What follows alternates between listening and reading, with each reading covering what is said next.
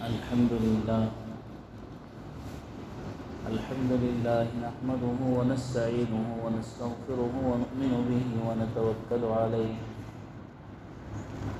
ونعوذ بالله من شرور أنفسنا ومن سيئات أعمالنا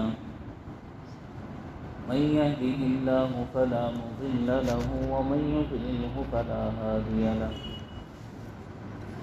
ونشهد أن لا إله إلا الله وحده لا شريك له وأشهد أن سيدنا وسندنا وشفيعنا وحبيبنا ومولانا محمدا عبده ورسوله أما بعد فأعوذ بالله من الشيطان الرجيم بسم الله الرحمن الرحيم إن مثل عيسى عند الله كمثل آدم خلقه من تراب ثم قال له كن فيكون صدق الله العظيم وصدق رسوله النبي الكريم ونحن على ذلك لمن الشاهدين والشاكرين والحمد لله رب العالمين.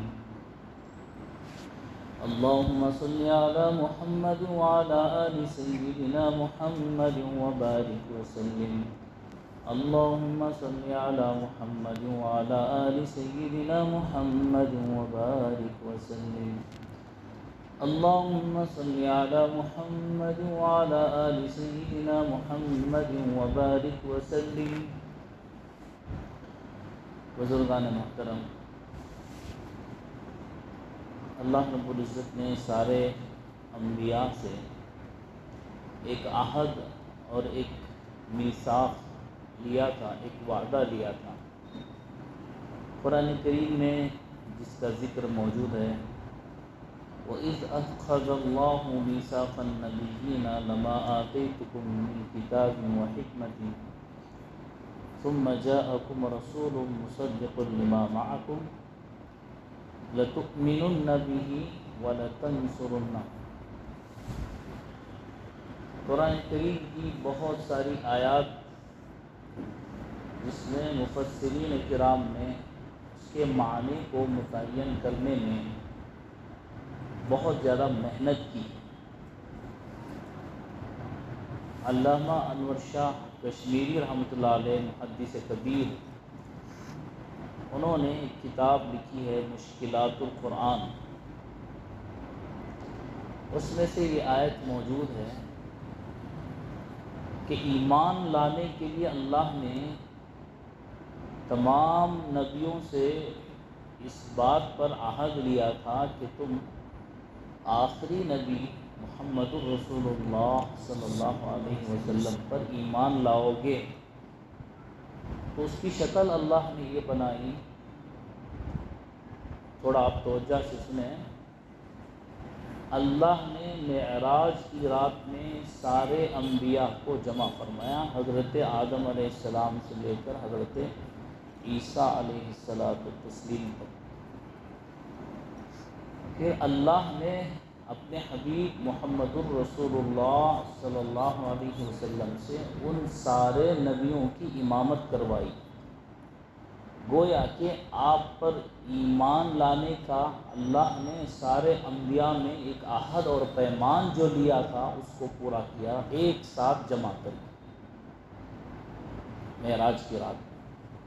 اور بیت المقدس میں اللہ کے نبی نے امامت کروائی، سارے انبیاء نے آپ کو اپنا امام اور اپنا پیشوا اور اپنا بڑا مان کر آپ کے پیچھے نماز ادا کی.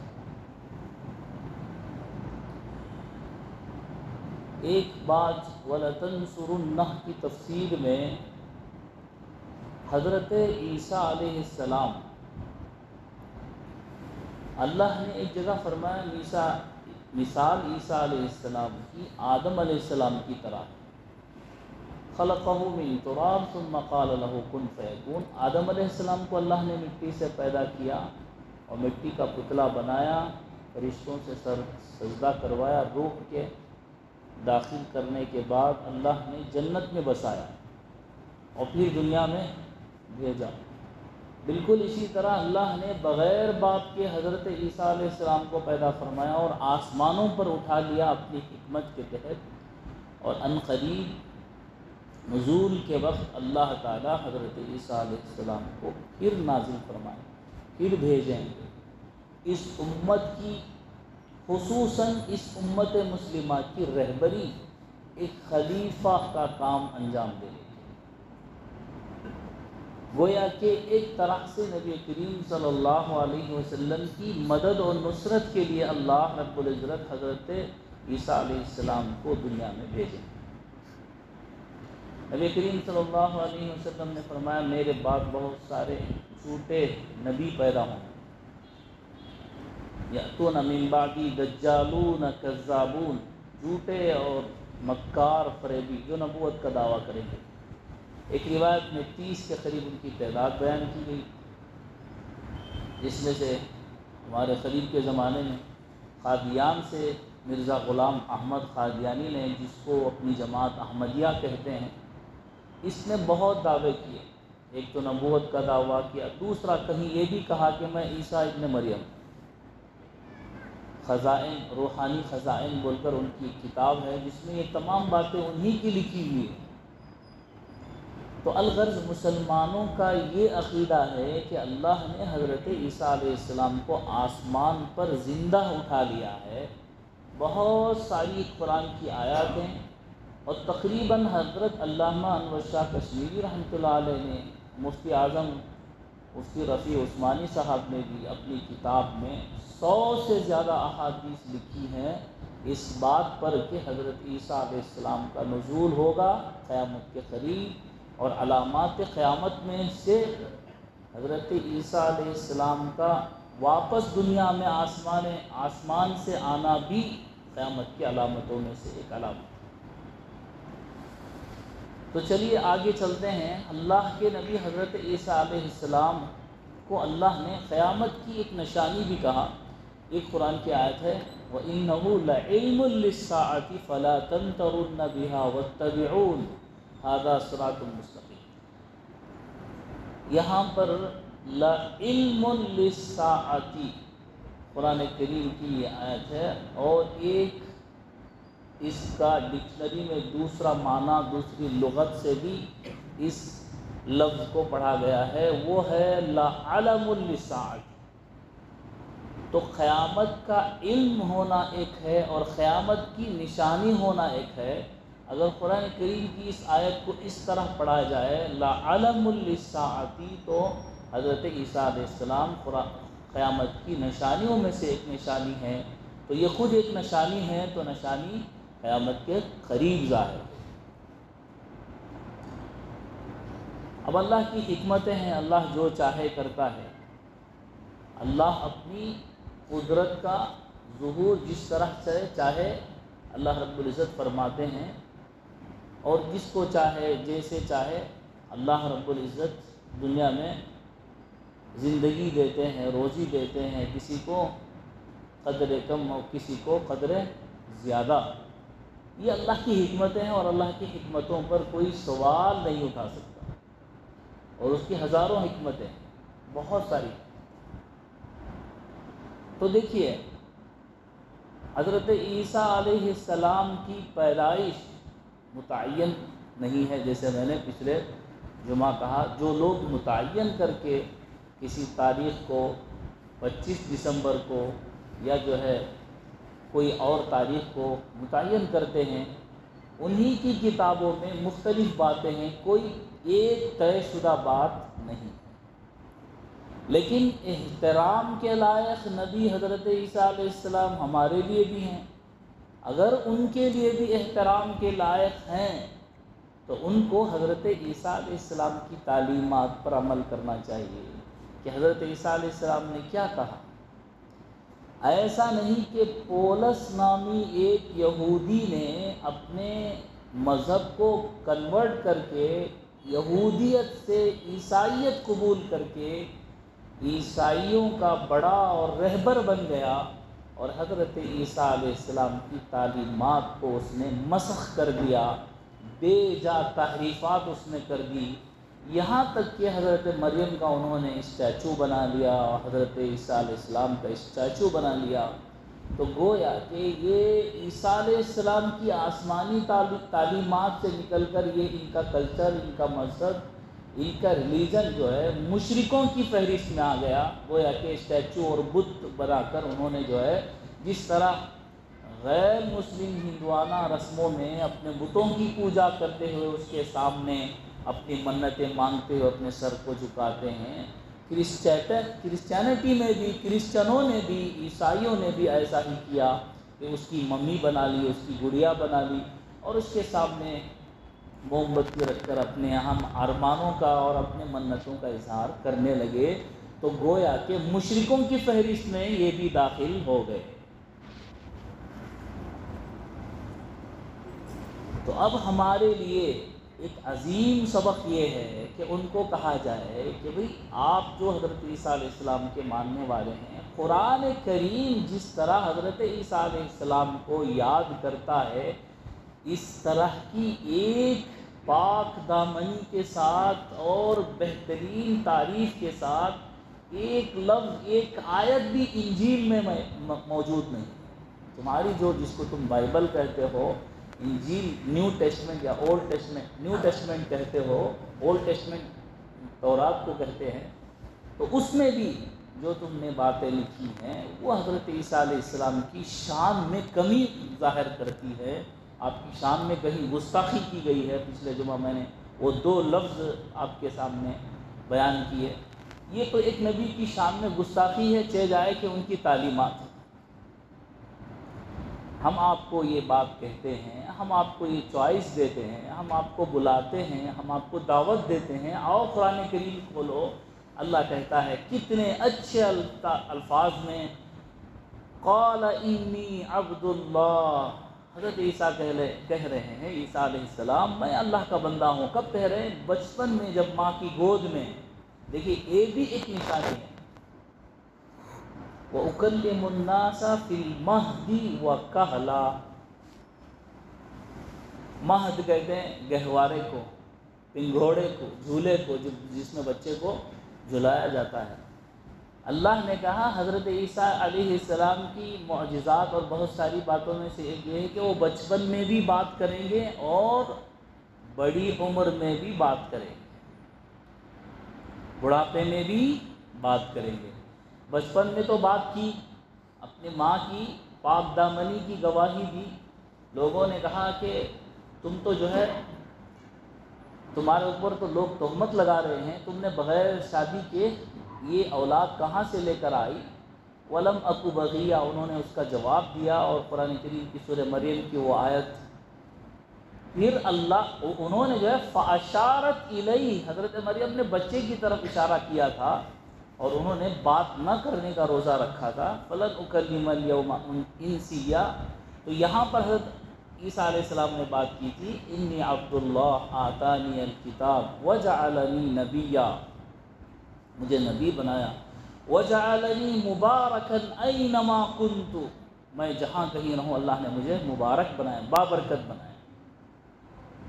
تو اتنے اچھے انداز میں، اتنے اچھے الفاظ میں قرآن کریم حضرت عیسیٰ علیہ السلام کی سیرت کو اور آپ کی پاک دامنی کو، آپ کے واقعات کو بیان کرتا ہے۔ یہ ہے اسلام کا انداز اور یہ ہے اسلام کی تعلیمات حضرت عیسیٰ علیہ السلام کے بارے میں۔ تو حضرت عیسیٰ علیہ السلام سے متعلق جتنی باتیں ان کتابوں میں موجود ہیں، اس سے بڑھ کر پاک دامنی کے ساتھ قرآن کریم میں اللہ نے ذکر کیا ہے۔ تو کون سی بات کو ماننا چاہیے، کس بات کو لینا چاہیے اور کن تعلیمات کو اپنانا چاہیے؟ یہ 2 راستے ہیں۔ تو ہر حق پسند آدمی جس کے دل میں ذرہ برابر بھی حق بات کو ماننا ہوگا اس کے دل میں، تو وہ حضرت عیسیٰ علیہ السلام کی تعلیمات قرآن کریم کی روشنی میں مانے گا۔ وہ ضرور، جیسا کہ نبی کریم صلی اللہ علیہ وسلم سے اجازت لے کر چند صحابہ نے پہلے ہجرت کی حبشہ کی طرف، اصل میں حبشہ ہے، وہ حبشہ نہیں ہے، اس حبشہ کی طرف ہجرت کی، تو اس کا ایک بادشاہ تھا نجاشی، جو حضرت عیسیٰ علیہ السلام پر ایمان رکھتا تھا۔ جب چند لوگ وہاں پر ہجرت کر کے گئے، امن پسند بادشاہ تھا تو لوگ بھی امن سے رہتے تھے، یہاں پر کافروں کے ظلم و ستم سے نجات پانے کے لیے کچھ لوگ ہجرت کر گئے۔ اس میں حضرت عبداللہ ابن جعفر طیار رضی اللہ تعالیٰ عنہ تھے، حضرت عبداللہ ابن جعفر رضی اللہ عنہ، حضرت عثمان غنی نے بھی ہجرت کی اور بہت سارے صحابہ نے۔ تو وہاں پر نجاشی بادشاہ نے ان کی مدد کی، ان کی کفالت کی، ان کی جو ہے حمایت کی، ان کو ظالموں سے بچانے کا اس نے وعدہ کیا۔ لیکن کچھ لوگوں نے بادشاہ کے کان بھر دیے۔ کان بھرنا جانتے ہیں؟ کان بھرنا جانتے ہیں؟ بہت سے لوگوں کے پاس، اس سے پہلے بھی میں بہت مرتبہ یہ بات کہہ چکا ہوں، جانوروں میں 4 قسم کے لوگ ہیں، جانور 4 قسم کے ہیں، اسی طرح انسانوں میں بھی 4 قسمیں ہیں۔ جانوروں کی 4 قسموں میں سے سب سے پہلی قسم یہ ہے کہ اگر آپ اس کو فائدہ پہنچائیں گے وہ آپ کو فائدہ پہنچائیں گے۔ جیسے گائے ہے، بیل، بکری ہے، بھینس ہے، آپ اس کو فائدہ پہنچائیں گے، آپ اس کے کھانے پینے کا، اس کی صحت کا خیال رکھیں گے تو آپ کو فائدہ دودھ کے ذریعے، اس کے گوشت کے ذریعے سے آپ کو پہنچے گا۔ اور بہت سارے جانور اور بہت سارے ایسے ہیں جن کا نہ فائدہ ہے نہ نقصان ہے،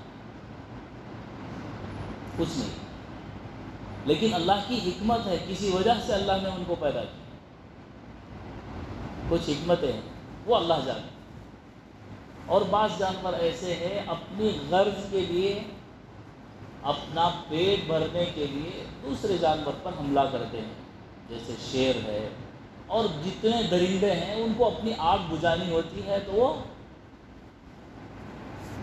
اور بعض جانور ایسے ہیں نہ ان کو فائدہ ہے نہ نقصان ہے، لیکن بلا وجہ وہ انسانوں کو نقصان پہنچاتے ہیں، نہ ان کو اس سے فائدہ ہے نہ نقصان، لیکن ان کی وہ عادت ہے، تو جیسے سانپ ہے اور بچھو ہے، نہ انسان کو کاٹنے سے اس سے فائدہ ہوتا ہے نہ اس کا کوئی نقصان ہوتا ہے، نہ نقصان ہے نہ اس کا پیٹ بھرتا ہے، لیکن وہ ڈسنے سے باز نہیں آتا۔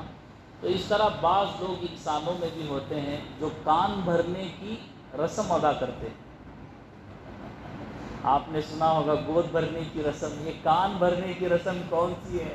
بڑی نئی معلوم ہو رہی ہے۔ تو چلتے پھرتے آپ دیکھیں گے سماج میں جاتے ہوئے کسی کے بارے میں کچھ کہہ دیا کان نے، فلاں نے دیکھا، تو ان کے پاس جو ہے بہت وافر مقدار میں زہر ہوتا ہے، جس کو کیا کرتے ہیں وہ کسی کے کانوں میں ٹپکا کر چلے جاتے ہیں۔ تو اچھا جو نجاشی بادشاہ تھا اس نے حمایت کی تھی، لیکن آ کر کسی نے کان بھر دیے کہ یہ مسلمان تو عیسیٰ علیہ السلام کے بارے میں ایسی بات کہتے ہیں، ان کی توہین ہوتی ہے۔ اب بادشاہ تو بادشاہ تھا، ہر ایک انسان کو اپنے ریلیجن، اپنے مذہب سے، اپنے کلچر سے دلی طور پر نیچرلی جو ہے محبت ہوتی ہے، اس کے خلاف اگرچہ کہ اس کو عقل مندی سے سوچنے پر وہ سمجھ سکتا ہے، لیکن اگر سمجھے تب، لیکن جو جس حالت میں ہوتا ہے وہ کبھی کمپرومائز نہیں کرتا اس بات میں۔ تو نجاشی بادشاہ کو اس کو غصہ آ گیا، اس نے کہا فوراً بلاؤ دربار میں مسلمانوں کو۔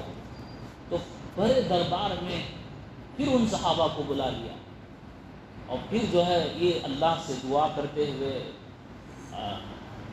اللہ سے مدد مانگتے ہوئے پہنچے کہ بھئی پھر کیا بات آ گئی، ہم سکون سے رہ رہے تھے، بادشاہ کو ہم نے مطمئن کر دیا تھا، لیکن پھر اس نے بلا بھیجا ہے۔ تو الغرض دربار میں گئے اور انہوں نے حضرت عیسیٰ علیہ السلام کے بارے میں ان مسلمانوں سے پوچھا کہ تم کیا کہتے ہو عیسیٰ علیہ السلام کے،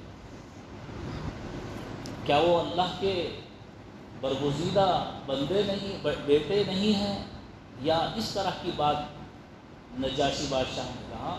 تو حضرت جعفر رضی اللہ تعالیٰ عنہ نے بہترین تقریر فرمائی، اور اللہ کے نبی کی صحیح تعلیمات، اور قرآن کریم حضرت عیسیٰ علیہ السلام کے بارے میں کیا کہتا ہے، یہ سورہ مریم کی آیات اور یہ بہت ساری آیات جو حضرت عیسیٰ علیہ السلام کی شان میں تھی، پڑھ کر سنائی، اتنا آپ دیدہ ہو گیا کہ ان کی داڑیاں تر ہو گئی۔ سارے عیسائی قوم سب بیٹھے ہوئے تھے دربار میں، سب کے سب رونے لگے، بے انتہا رونے لگے۔ اتنا روئے کہ ان کی داڑیاں تر ہو گئی۔ اس سے معلوم ہوا کہ اس زمانے میں بھی داڑھی رکھنا ایک شعار تھا، اس کو ضروری سمجھا جاتا تھا۔